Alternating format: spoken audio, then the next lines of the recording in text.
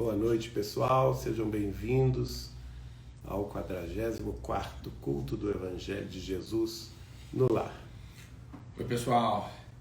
Eu estou vendo que vocês já estão entrando. Boa noite, boa noite. Se vocês puderem dar um retorno para a gente sobre o áudio, porque a gente teve um probleminha aqui, a nossa live deu uma travada. Alguém colocou, estou ouvindo bem, maravilha. Bom, gente, então pelo que eu só vou querer uma dupla confirmação hoje que vocês estão nos vendo bem e ouvindo bem. Apareceu uns fogos ali.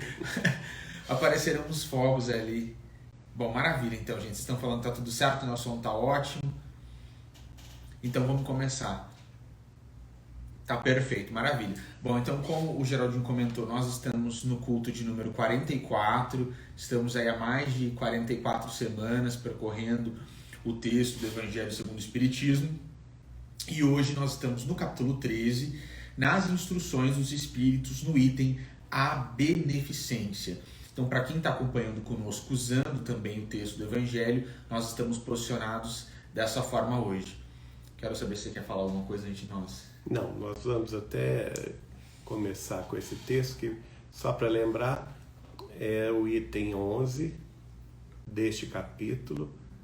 É a primeira mensagem que fala sobre a beneficência e foi dada por Adolfo, bispo de Argel, na cidade de Bordeaux, em 1861. Lembrando que ele é uma das encarnações do nosso benfeitor Inácio de Antioquia. Olha que maravilha, pessoal. Então o Geraldo vai falar bastante para a gente hoje. Bom, gente, então antes de nós entrarmos propriamente no texto, nós vamos fazer uma prece. Não está... Gente, Tá normal. A maioria das pessoas falou que o áudio está normal. Então vamos continuar e entrar na prece. A gente vai fazer a prece agora e depois a gente inicia o texto do Evangelho propriamente. Nosso Deus, nosso Pai, de infinito amor, de infinita misericórdia, de infinita justiça, inteligência suprema, causa primária de todas as coisas, em nome de Jesus, o nosso divino amigo, o nosso Senhor, Salvador e Redentor, o Cordeiro Santo, o Cordeiro de Deus, o amado das nossas almas.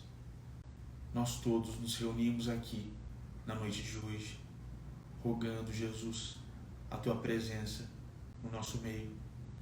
O objetivo, Mestre, de estarmos aqui estudando, lendo o Evangelho, é para tentar de uma forma honesta a rearticulação dos nossos espíritos no espaço e no tempo. Nós estamos ansiosos, Jesus, pela nossa redenção espiritual. Nós queremos, Mestre, angariar forças e conhecimentos que viabilizem o nosso trabalho aqui na Terra, o nosso trabalho sem esperar nada em troca, Jesus, o nosso trabalho voltado àqueles que mais precisam.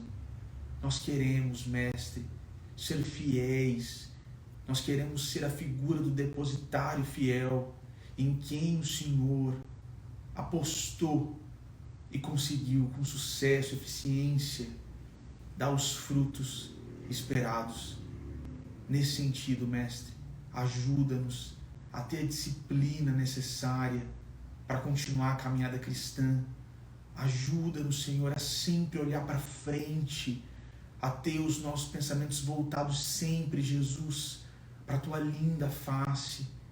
Ajuda-nos, Mestre, a jamais cairmos nos enganos da matéria que falam tão alto a nossa carne, e a nossa carne urge para falar alto de volta.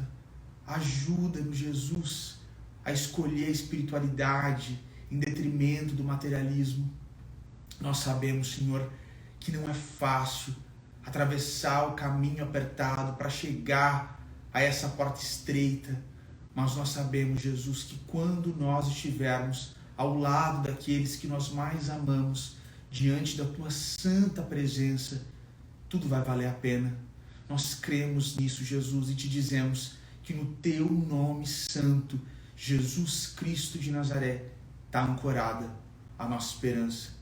Mais uma vez, Mestre, nós pedimos ao Teu coração o auxílio necessário para trabalhar sempre, aproveitar todas as oportunidades dedicadas pelo Senhor a nós, e pedimos também, Mestre, o Teu auxílio para manter uma atitude mental que nos torne capazes de realizar todo e qualquer trabalho a nós confiado.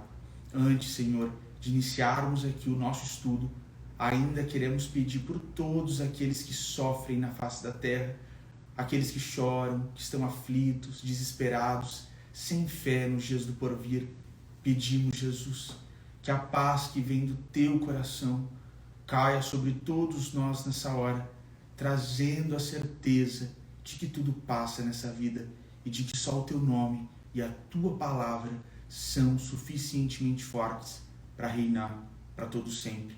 Reina em nós, Cristo. Entra nos nossos corações e muda todas as coisas de lugar de acordo com a Tua vontade. Mais uma vez te dizemos, Jesus, que nós te amamos muito. Seja e esteja conosco, hoje, amanhã e para todo sempre. Que assim seja. Que assim seja. Vamos então, estudando frase a frase, a mensagem sobre a beneficência que foi dada na cidade de Bordeaux para Allan Kardec, por Adolfo, bispo da cidade de Argel, lá na África, em 1861. E ele começa dizendo: a beneficência, meus amigos, vos dará nesse mundo os mais puros e suaves prazeres, as alegrias do coração, que não são perturbados pelo remorso nem pela indiferença. Oh, se pudesseis compreender tudo o que encerra de grande e de agradável a generosidade das almas belas, esse sentimento que faz a criatura olhar as outras como olha a si mesma, despindo-se jubilosa para cobrir o seu irmão. Quer começar? Eu acho muito bonito, pessoal, quando nós temos um benfeitor, apesar da dificuldade que nós temos em termos de linguagem, tentando trazer para a gente a imagem do que é a verdadeira felicidade, tentando explicar com palavras, apesar da nossa mediocridade como humanidade, nesse estágio de evolução em que nós estamos, a nossa mediocridade para entender verdadeiramente o que isso significa. Apesar de tudo isso, nós vemos o esforço desses irmãos tentando, com comparações, mostrando que a gente não conhece o que é felicidade, trazer para a gente uma imagem tão bela como essa, e mostrando para todos nós que o caminho é esse, do dar sem esperar nada em troca, de olhar o outro como eu olho para mim mesmo, de fazer a caridade como Jesus tem tentado ensinar há tanto tempo. Eu achei linda essa frase, que ele fala sobre os mais puros e suaves prazeres, porque a gente, talvez até pelo próprio vício das nossas posições aqui muito materialistas na Terra, a gente associa a palavra prazer às coisas mundanas. E aqui ele está falando de outro prazer, um prazer espiritual. Ele fala: a beneficência vos dará nesse mundo os mais puros e suaves prazeres, que são as alegrias do coração. Quer dizer, aquelas que a ferrugem não corrói, o rato não rói, o ladrão não rouba, não é? E é isso aí. As alegrias mais puras e suaves do coração, todos nós podemos encontrar na beneficência. Ninguém é impedido de fazer a beneficência. Seja quem seja, em qualquer posição social, de qualquer etnia, de qualquer cultura, de qualquer idade, de qualquer orientação sexual, todas as pessoas estão convidadas por Deus a colaborar com o seu semelhante. E isso dá à pessoa uma virtude que não perturbada nem pelo remorso e nem pela indiferença. Ele fala claramente aqui que esse sentimento é imune ao remorso, porque quando você está fazendo o bem, você só tem alegria. Você nunca vai se arrepender de fazer o bem, né? E também ele anula o nosso comodismo, a nossa indiferença pela dor alheia, porque você está, de alguma forma, trabalhando em prol do próximo que mais sofre, que mais se sente sobrecarregado. Quer que eu continue lendo? Pode. Pudesseis, meus amigos, ter por única ocupação tornar felizes os outros. Quais as festas mundanas que podereis comparar a essas festas alegres quando, como representantes da divindade, levais a alegria a essas pobres famílias que, da vida, apenas conheceram as vicissitudes e as amarguras, quando vedes nelas os semblantes macerados irradiarem subitamente de esperança. Porque, não tendo pão, esses infelizes ouviam seus filhinhos, ignorando que viver é sofrer, gritando repetidamente a chorar estas palavras, a se enterrarem nos corações maternos como agudo punhal: estou com fome.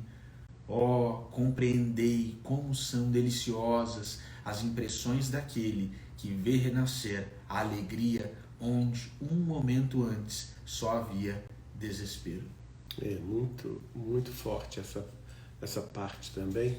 Aqui ele está fazendo menção ao que o nosso querido Chico Xavier costumava chamar de a festa de Jesus. Interessante que o Espírito aqui também faz esta menção de festas alegres como representantes da divindade, nas quais nós levamos a alegria a essas pobres famílias, não é? E também o Chico Xavier costumava chamar as pessoas em situação de precariedade material como os convidados de Jesus para esse grande banquete da fraternidade. Na verdade, é uma festa mesmo que não é mundana, é uma festa celeste.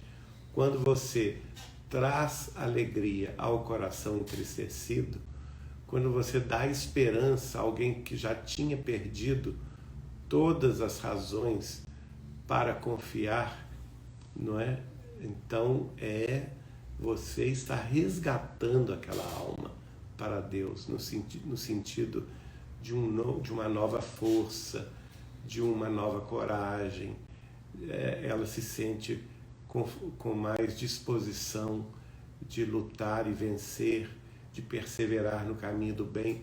Às vezes essa família estava prestes a cair no vício, ou prestes a cair no crime. E um gesto de bondade de companheiros de determinada fé religiosa que vão auxiliá-los, porque aqui não importa quem é que está indo, não é? Não se pergunta àqueles que fazem a beneficência qual que é a sua origem, qual que é a sua religião, porque quem está fazendo a beneficência, essa beneficência verdadeira, que procura os locais de maior sofrimento para amenizar, pelo menos dar essa esperança nova aos sofredores, ele está agindo em nome de Deus. Ele é um enviado de Deus. E a alegria que se provoca nos corações que antes estavam entristecidos, com fome, com sede, cansados, né, sobrecarregados mesmo das lutas mundanas, quando uma mãe de família ou um pai de família vê aquele filhinho que estava com fome se repletar com benesses, tipo doces, comida, né, uma quentinha, um pão gostoso, um refrigerante, uma água. Então a alegria volta de novo a esses corações e também nos envolve. E eu acho, gente, que a gratidão, sendo uma vibração tão alta, certamente afeta aquele que está dando ali a provisão, seja material, seja moral. Quando a gente imagina uma família que está passando por um momento difícil e tem esse rompimento de perspectiva, de achar que a noite ia ser triste, ia ser escura, ia ser ali sem a provisão material, e chega e se reacende a esperança, a alegria, a felicidade, essa diferença que provoca essa gratidão tão genuína, certamente chega ao coração daquele que está ali na função, na condição de quem está dando, de quem está trazendo essas boas novas. Eu acho muito triste para as famílias não ter como prover um presente, uma ceia de Natal, e parece que esses momentos eles são mais difíceis para os pais darem conta ali de dizer para o filho que não tem, que vai ser difícil, que vai ser diferente das outras crianças. Então acho que quando há esse rompimento de perspectiva, como o Geraldinho trouxe, o resultado de gratidão é muito significativo e é muito genuíno.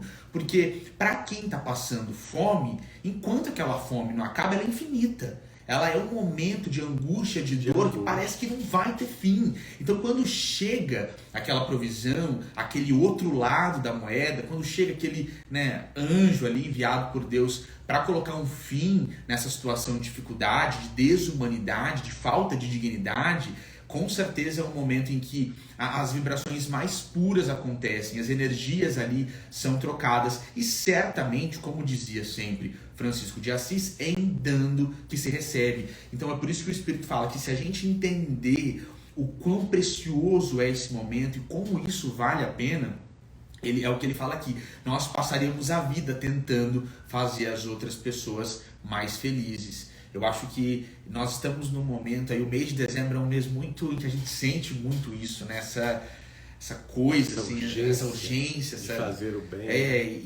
E as mães, a gente tem muito, né, o relato das mães, claro que os pais também sofrem, mas as mães ali vendo seus filhos sem a provisão, é um momento muito difícil, gente. Se der para colocar termo a esse tipo de situação, certamente o que a gente colhe é muita felicidade, felicidade genuína.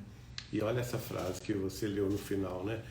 Compreendei como são deliciosas as impressões daquele que vê renascer a alegria onde um momento antes só havia desespero. E o Espírito ainda prossegue: compreendei as obrigações que tendes para com os vossos irmãos. Então, a fraternidade, a solidariedade é uma obrigação.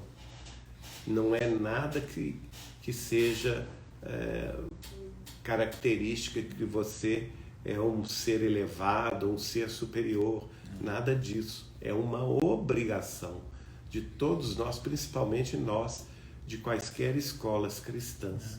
Porque há 2000 anos Jesus já nos pedia para amar os nossos semelhantes, né? Eu me lembro de uma pequena celeuma que se deu na casa do Chico Xavier em Uberaba, quando o Senhor voltara de férias, passando um tempo na Índia, e ele ficou muito impressionado com a questão dos habitantes da Índia, que naquela ocasião, isso ocorreu na década de 80, viam pessoas passarem mal na rua e não acudiam, né? E quando ele foi falar isso com um guia turístico que estava levando a turma de brasileiros, o guia falou assim: não, mas ninguém pode acudir, porque na nossa concepção do karma, aquela pessoa que está passando mal, ela está passando por um karma, ela está resgatando um mal do passado, e ninguém pode interferir no karma dela sob o risco de estar indo contra a vontade da divindade, não é?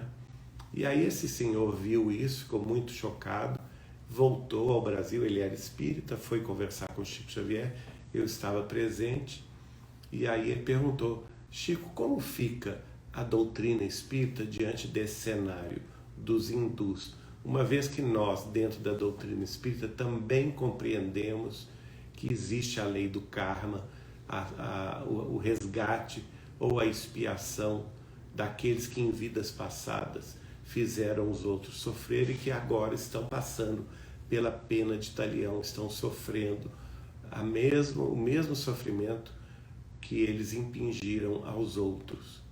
E o Chico parou assim, ficou pensando um pouco e falou assim: olha, É verdade, os hindus estão corretos quando raciocinam que não existe ninguém na face da Terra que esteja em sofrimento e que não estaria nessa situação se não fora de fato uma lei maior, uma lei da justiça maior, do Instituto Universal da Justiça Divina, que nos indica que cada um de nós recebe de acordo com o que houvermos ou havíamos semeado em outras vidas e até mesmo nesta existência. Então, de fato, a lei do karma dos hindus é uma realidade para nós espíritas cristãos, porque também nós aprendemos com Allan Kardec a lei de causa e efeito, ação e reação. No entanto, a doutrina espírita raciocina com Cristo. E com o Cristo nós aprendemos que o amor cobre a multidão dos pecados. E que uma vez que uma pessoa que não esteja em grande sofrimento enxerga o sofrimento da outra pessoa que esteja em expiação ou prova em determinada situação de sofrimento, o karma desta que vê o sofrimento da outra é o dever de minorá-lo. Olha bem, então a doutrina cristã ela se expande muito mais além do que todas as doutrinas religiosas e filosóficas do Oriente, porque ela compreende a lei do karma, a lei da ação e reação, mas ela extrapola com o remédio do amor, porque se eu estou vendo o sofrimento do meu irmão, eu tenho uma obrigação de fazê-lo menor. É claro que o próprio Jesus disse que ele não veio tirar a dor de ninguém, mas aliviar o nosso sofrimento, né? Quando ele falou que ele nos aliviaria.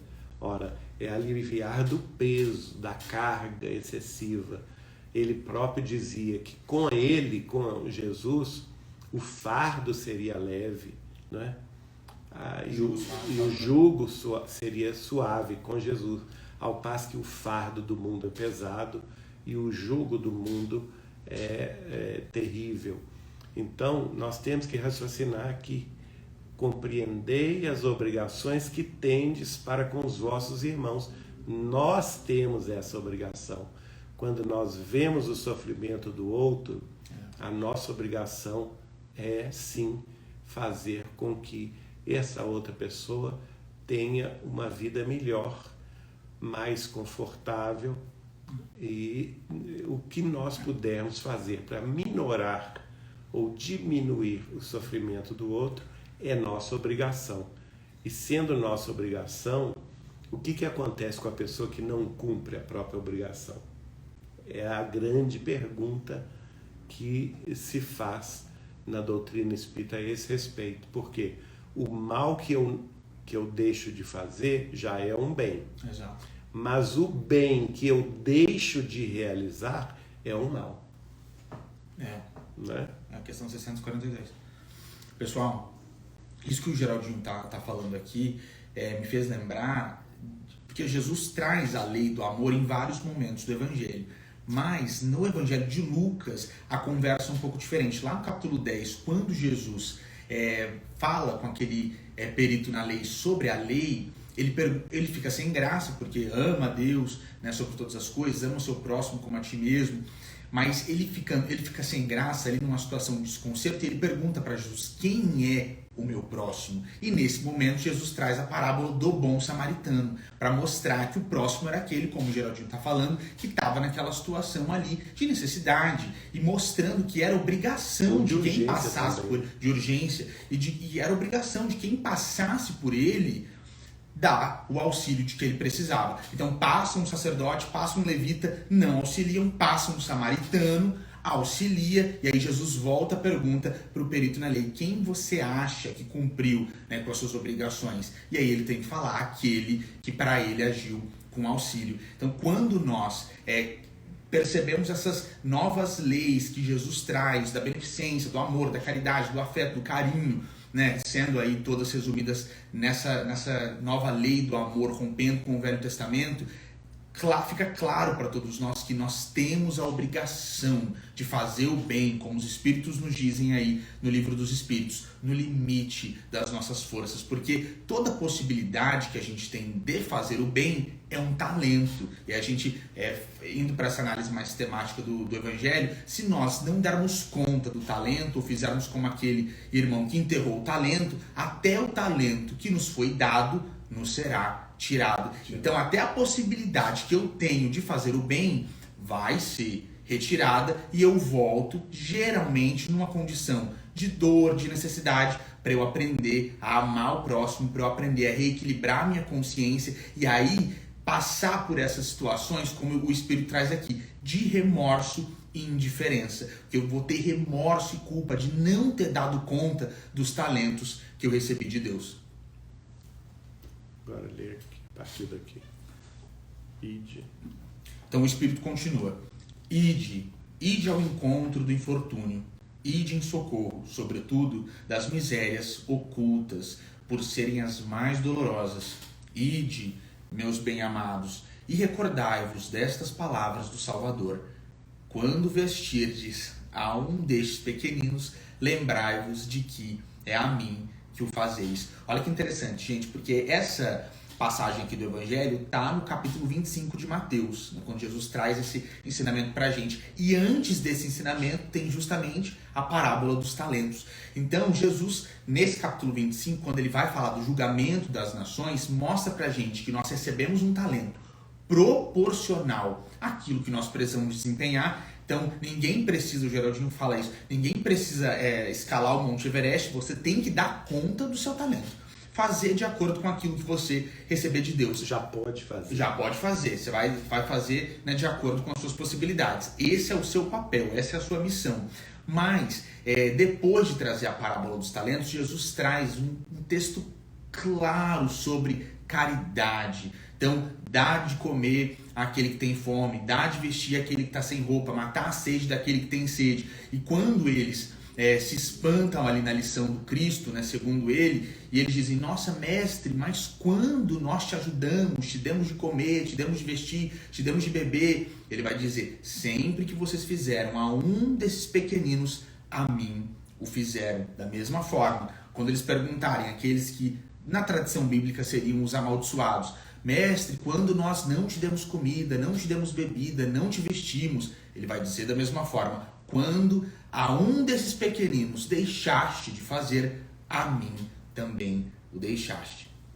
E aqui também ele fala das misérias ocultas, porque às vezes a gente tem mais facilidade de ver aquelas misérias aparentes, que estão claras, que estão, vamos dizer assim, descobertas, né?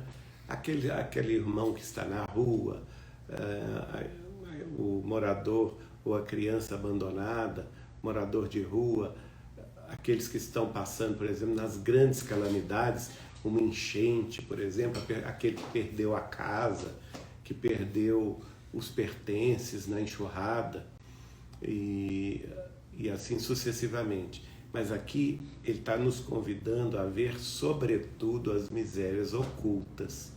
Aquelas que podem estar nos palácios, por exemplo, né? Nas famílias mais ricas, mas você não conhece o sofrimento daquelas pessoas que estão ali, vivendo ali às vezes uma família cheia de desavenças, cheia de ódios, de disputas pelo poder, não é? A mesma coisa nós vamos pensar as pessoas que têm um diagnóstico, por exemplo, de uma doença terrível, uma doença terminal e não contam para ninguém e que guardam esse sofrimento para si porque não querem adiantar o assunto para um filho que não tem ainda o equilíbrio necessário para lidar com o tema, não é? Então, esses infortúnios ocultos nós devemos, segundo o espírito de Adolfo, bispo de Argel, procurar. Continuando. Caridade, sublime palavra que resume todas as virtudes. És tu que hás de conduzir os povos à felicidade. Ao te praticarem, eles criarão para si infinitos gozos no futuro, e quando se acharem exilados na terra, tu serás a sua consolação, o gozo antecipado das alegrias que fluirão mais tarde, quando se encontrarem reunidos no seio do Deus de amor. Bom, essa frase aqui é bastante emblemática, né? A caridade é a palavra que resume todas as virtudes, porque ela pode se transubstanciar em várias outras virtudes. É caridade, por exemplo, a paciência. É uma caridade. Quando você está diante de uma pessoa difícil e você escolhe o caminho da paciência, você escolhe o caminho de não altercar com ela, de não brigar com ela, de não bater boca com ela. Isso é caridade, não é? Ela pode também se transubstanciar na calma, não é? Diante de uma notícia terrível, não é? A desencarnação de um ente querido ou de um amigo, ou algum evento de repercussão triste nas mídias sociais ou no noticiário. Ao invés de você se desesperar, porque quando você se desespera, o seu desespero também se espalha para os seus familiares, para os seus amigos, aqueles que estão mais próximos. Então, numa hora de tensão emocional, de tensão sentimental, a calma também é uma caridade. Então aí a gente vai vendo que realmente a caridade é uma palavra que pode resumir todas as virtudes. E isso é muito importante. E tanto é assim que o Espírito vai dizer que é ela que vai conduzir os povos à felicidade. E aí, se a gente pensar no concerto das nações, se os nossos dirigentes de todas as nações do mundo escolhessem esse caminho da calma, da ponderação, do silêncio, do equilíbrio, da paciência, teriam talvez evitado muitos problemas de ordem coletiva, no embate das nações, nas revoluções sociais, nas guerras que muitas vezes irrompem, justamente porque os líderes desses povos estão com os nervos à flor da pele, não é? E acabam levando populações inteiras a grandes matanças, ao passo que se os dirigentes dessas nações se portassem com um mínimo de equilíbrio, de bom senso, de calma, de ponderação, eles conduziriam as suas nações, os seus povos, para a verdadeira felicidade na Terra. Eu acho que é interessante, pessoal, aduzir aqui que felicidade é atributo do Espírito. Felicidade é conquista espiritual. E aí Kardec faz essa diferenciação, nós já conversamos sobre ela aqui. Felicidade não é alegria, não é o que passa. Felicidade é uma conquista espiritual que nada vai abalar. Quando você, como espírito, alcança a condição de felicidade, nada vai te tirar desse lugar da felicidade. E aí como Davi fala lá no Salmo 23, ainda que eu ande pelo vale da sombra da morte, eu não temerei mal algum, porque tu estás comigo. Quando você é feliz, falando da felicidade, que é atributo espiritual, que é a conquista daqueles que trabalharam muito, inclusive na caridade, você pode ficar tranquilo, porque não volta atrás, porque a lei de Deus é o progresso. Então, quando o Espírito está falando aqui, caridade, né, é isso que vai conduzir os povos à felicidade, é a caridade que vai fazer os povos evoluírem. É pela caridade que nós conseguiremos construir um planeta Terra melhor, mais feliz, passando pela regeneração, chegando à condição de mundo perfeito. Esse é o nosso caminho, e como o Geraldinho colocou aqui no início, o nosso caminho para conquistar um tesouro que a traça não corrói, que ladrão não rouba, que é absolutamente inabalável. Exato. E olha que ele fala aqui, não é? Se nós, como indivíduos ou como nações, praticarmos a caridade, nós estaríamos criando para nós no futuro infinitos gozos. Olha só. Então a gente não pode deixar de lado a prática da caridade, porque ela é a nossa salvação.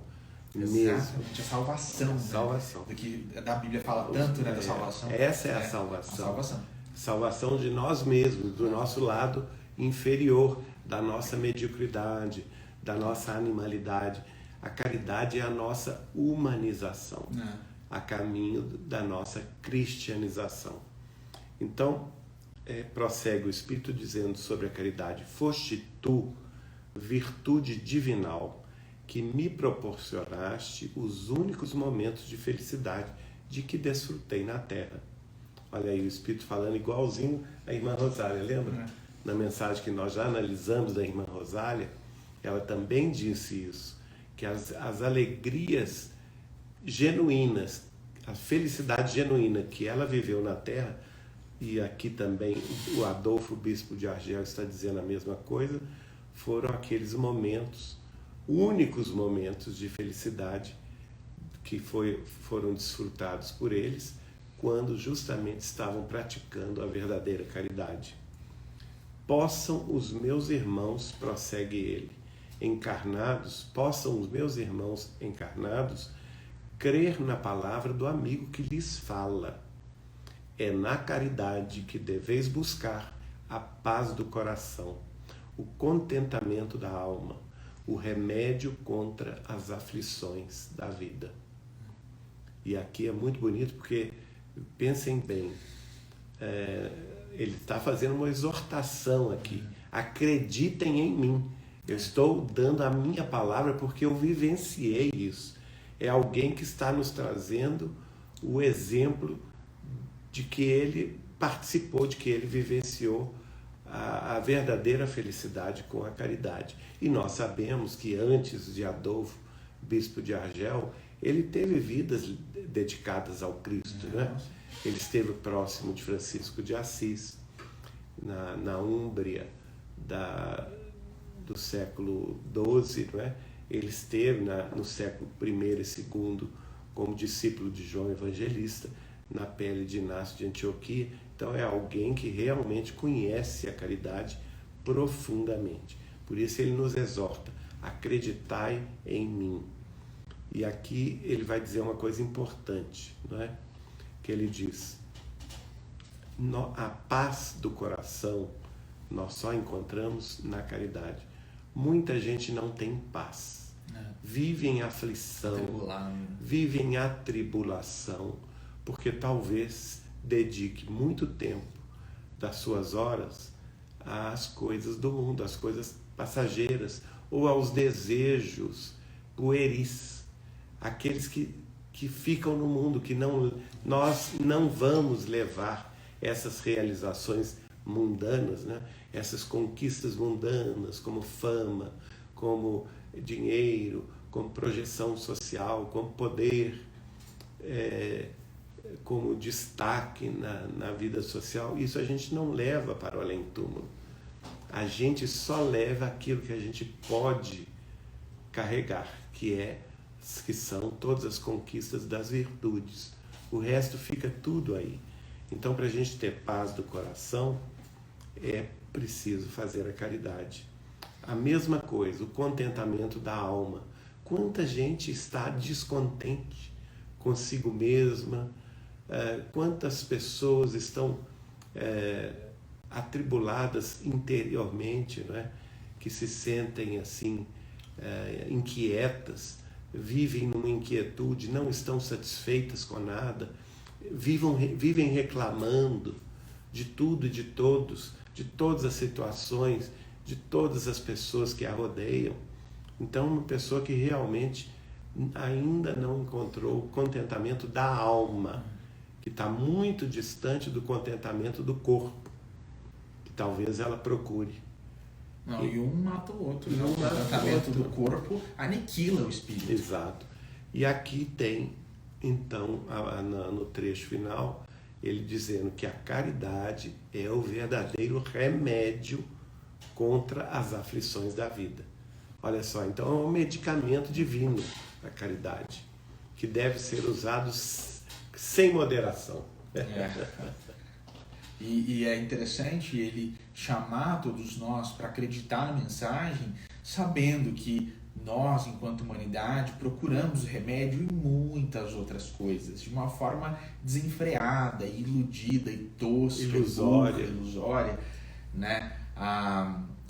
Quantas pessoas a gente vê que buscam, né, balada, no sexo desregrado, em uma quantidade absurda de medicações. A gente não está falando mal de medicação, a gente está falando de quem se automedica achando que no excesso vai encontrar essa paz. E não é assim, gente. Sem essa fuga para tentar encontrar a paz, a fuga de si mesmo, para tentar chegar a um lugar de entorpecimento, porque supostamente não pensando em certas coisas você encontraria a paz. Uma grande cilada do materialismo e que só traz mais escuridão, mais treva, mais aflição, mais choro, mais amargura. A caridade é construir, como a gente está falando aqui, uma paz que vai perdurar, que não vai ser tão melindrosa, no sentido de tudo abala, sempre está mal, sempre volta para esse estado de aflição. É um caminho que vai tirar a gente dessa treva e levar para um caminho de muito mais luz. Exatamente. Aí você prossegue aqui. Onde que está? Então o Espírito continua. Quando estiverdes a ponto de acusar a Deus, lançai um olhar para baixo de vós. Vede quantas misérias a aliviar, quantas pobres crianças sem família, quantos velhos sem qualquer mama amiga que os ampare e lhes feche os olhos, quando a morte os reclame, quanto bem a fazer. Não vos queixeis, ao contrário, agradecei a Deus e prodigalizai em profusão a vossa simpatia, o vosso amor, o vosso dinheiro, por todos os que, deserdados dos bens desse mundo, definham na dor e no isolamento. Colhereis na terra bem doces alegrias, e mais tarde só Deus o sabe. Quando a gente encontra alguns irmãos e irmãs na nossa caminhada cristã, nas nossas trajetórias respectivas, é muito comum que aquele que sofre porque escolheu, né, mal, porque está colhendo os frutos das suas próprias ações, tente se virar contra Deus, num sentido de revolta. E aí Deus não é bom, Deus não olha para ele é a vítima da situação. E o que o Espírito está chamando a gente para fazer aqui é olhar para aqueles que mais sofrem, porque em olhando aqueles que mais sofrem, a gente sempre vai encontrar motivos para agradecer e trabalhar. Então, quando eu olho para aqueles que estão sofrendo no mundo, num primeiro momento eu já vejo que eu tenho muito pelo que ser grato, e num segundo momento eu me coloco, né, como a gente tem falado aqui, na obrigação de ajudar essas pessoas que estão passando por esses momentos difíceis. Sair do próprio ego, dessa posição de vítima, desse quarto que aparentemente para algumas pessoas está cheio de espelhos que sempre reiteram a própria imagem e o próprio sofrimento e a própria solidão e a própria desolação da vida. Sair desse lugar em busca daqueles que precisam, com certeza é um remédio terapêutico para construir uma vida mais feliz. E o que o Espírito está falando aqui, a gente colhe a primeira parcela dessa bênção aqui na Terra, no contato com a gratidão do outro, no contato com o trabalho, na caridade. E quando nós desencarnarmos, né, para receber a recompensa de Deus, como Jesus fala tanto nos Evangelhos, aí só Deus sabe aquilo a que nós teremos acesso em termos de felicidade. Porque, como André Luiz e outros benfeitores explicam, mas principalmente na obra de André Luiz, nós, enquanto humanidade, pela nossa mediocridade e baixa evolução, sempre soubemos descrever o inferno, as trevas, as sombras. Agora, os céus, as moradas de luz, a gente ainda não sabe descrever, porque nós ainda não chegamos lá. Então só Deus sabe que alegria é essa que o justo ao lado daqueles que ele ama vai desfrutar. E outro ponto aqui que está citado é justamente a pessoa. E normalmente a gente vê isso quando a pessoa reclama muito da vida, é porque ela está sempre se mirando pelas pessoas que estão melhores do que ela. E ela está sempre fazendo uma comparação, né? Ah, eu não tenho isso que fulano tem, ou que ciclano tem, né? Tanto no sentido emotivo, amoroso, no sentido também de profissão, material, de conforto material. Ah, minha casa é menos bonita ou menor do que a do meu vizinho. E aqui o recado é claro. Quando estiverdes a ponto de acusar a Deus, porque normalmente essa pessoa que reclama acusa todo mundo, né? Ela é vítima do mundo. Lançai um olhar para baixo de vós.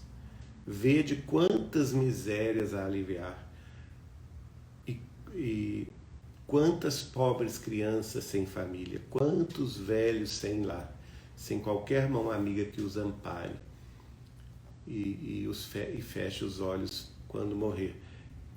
Então, sempre a gente deve fazer o contrário. A gente deve olhar ao lado, para baixo, daqueles que estão na nossa convivência, e nós facilmente vamos descobrir 1000 maneiras de fazer a caridade, porque certamente a maioria da população ao nosso derredor tem muito menos do que nós. Então nós saberemos sim encontrar motivos de trabalhar pelo bem de maneiras diversas, a fim de minorar o sofrimento alheio. E isso, para nós, é o que mais vai nos impulsionar na evolução, é o que ele fala aqui. Isso é agradável aos olhos de Deus. Por quê? Porque à medida que você espalha com profusão a simpatia, a beneficência, o amor, até mesmo coisas materiais como dinheiro, presentes, aos deserdados do mundo, a gente desperta nessas pessoas a gratidão que o João Pedro falou. E essa gratidão dessas pessoas amanhã, quando nós estivermos numa posição vulnerável, será a nossa defesa. Tem aquela frase de Emmanuel, você se lembra? Que a caridade que nós fizermos será o nosso advogado em qualquer parte, né? Então isso é muito, muito bom. Ele termina dizendo: colhereis na terra bem doces alegrias. E mais tarde só Deus o sabe, porque de fato a gente não sabe. Não sabe. Eu fico imaginando, João Pedro, as alegrias espirituais, assim, indescritíveis, que foram colhidas pelo Chico Xavier. Sem culpa, quando ele chegou no mundo espiritual. Consciência que coisa maravilhosa. Eu acho que está bem dentro dessa frase aqui, que já na terra ele colheu bem doces alegrias, né? Trabalhando na caridade aqui. Colhereis na terra bem doces alegrias, e mais tarde só Deus o sabe. Quer dizer, são benefícios que fogem ao nosso entendimento. Eu me lembro quando Chico me revelou que somente pelo livro Memórias de um Suicida, psicografado e revisado durante 30 anos pela médium Ivone do Amaral Pereira, o Chico me contou que quando ela desencarnou, se não me engano, no início da década de 80, ela chegou no mundo espiritual e ganhou um bônus hora maravilhoso, somente por um livro, que ela teve outros livros. Esse bônus hora relativo ao livro Memórias de um Suicida deu a ela 5 séculos de atividade no universo inteiro, não é? E ela poderia ficar 5 séculos indo onde queria ir, onde quisesse ir, estudando o que quisesse estudar, viajando pelo universo, pelos planetas, pelos sistemas solares, estelares, pelas galáxias infinitas. Vejam bem, podendo estudar o que bem entendesse, podendo visitar o que bem quisesse por 500 anos. Então é isso aí, só Deus sabe. Só Deus sabe. Aí eu fiquei, enquanto o Chico estava me contando isso, eu fiquei olhando assim para ele e pensando, nossa, se Dona Ivone ganhou isso, imagine ele, Chico Xavier, Imagina. o que não ganhará, não é? Como de fato deve ter ganhado de Deus, não à toa, claro que isso não é uma troca, não é? Mas é apenas a justiça divina, a cada um será dado segundo as suas obras, e a misericórdia dos céus que alcança todos aqueles que fazem o bem, pelo amor ao bem, pelo amor à caridade e pela dedicação à solidariedade humana. É muito lindo, né?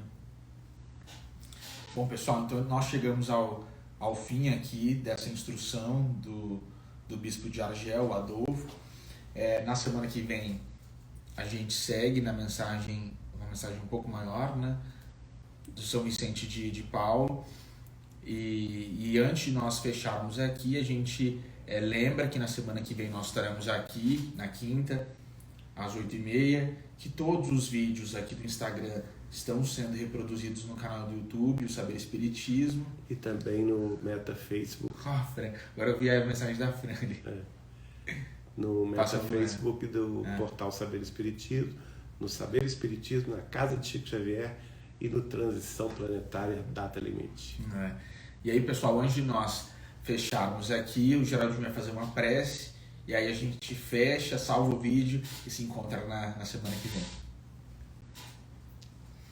Vamos então agradecer nestes momentos os laços que nos uniram nesta família espiritual, este lar da multimídia que nos acolhe, conversando conosco, os nossos benfeitores e amigos espirituais que nos inspiraram na meditação e no estudo da nobre lição da caridade, da beneficência legítima. Antes de mais nada, elevemos a Deus a nossa gratidão pelo espírito de Inácio de Antioquia, nosso benfeitor,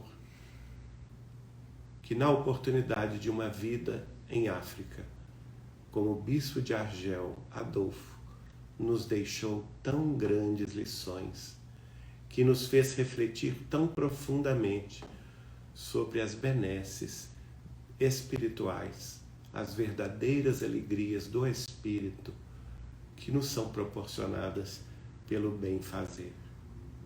Permita, Mestre Senhor Jesus, divino amigo de nossas almas, instrutor querido de nossos espíritos, ainda tão vacilantes, médico de nossas doenças morais, permita que o Senhor envie-nos sempre esses benfeitores para nos orientar e esclarecer, a fim de que estejamos com a mente clara e objetiva, analisando as questões da vida imortal como foco essencial de nossa jornada terrestre. Sabemos que nunca nos abandona, Senhor, que sempre te dispões a nos auxiliar e seguir com o teu amparo celestial, e por isso te damos graças. Graças nós os damos, ó Senhor, pelo pão espiritual que nos destes. Pedimos, Senhor, abençoai-o e abençoai todos aqueles que se encontram sob este teto da multimídia em nosso lar da internet, a fim de que este culto de teu Evangelho permaneça ainda esclarecendo e orientando a outros irmãos que conosco se conectarão no futuro. Pedimos ainda que as vossas bênçãos inefáveis de amor e bondade refrigerem os corações daqueles que sofrem, os deserdados da sorte, aqueles que padecem nas ruas, nos hospitais, nas clínicas de recuperação mental, nos presídios ou mesmo nos gabinetes da fartura e do luxo, do poder e da ilusória fantasia da fama. a fim de que todos sejam amparados por tua bondade e por tua mensagem, lembrando-lhes, assim como nos lembras, que tu és o caminho da verdade e da vida, e que somente por ti chegaremos a Deus, nosso Pai Celestial. Com esta prece, com esta gratidão, damos por encerrado mais um culto de teu Evangelho em nosso lar, esperando que na semana seguinte também tenhamos a continuidade desse mesmo amparo. Que assim seja, Senhor. Que assim seja.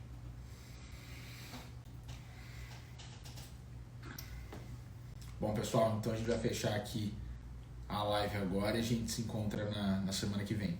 Abração. Tchau, tchau.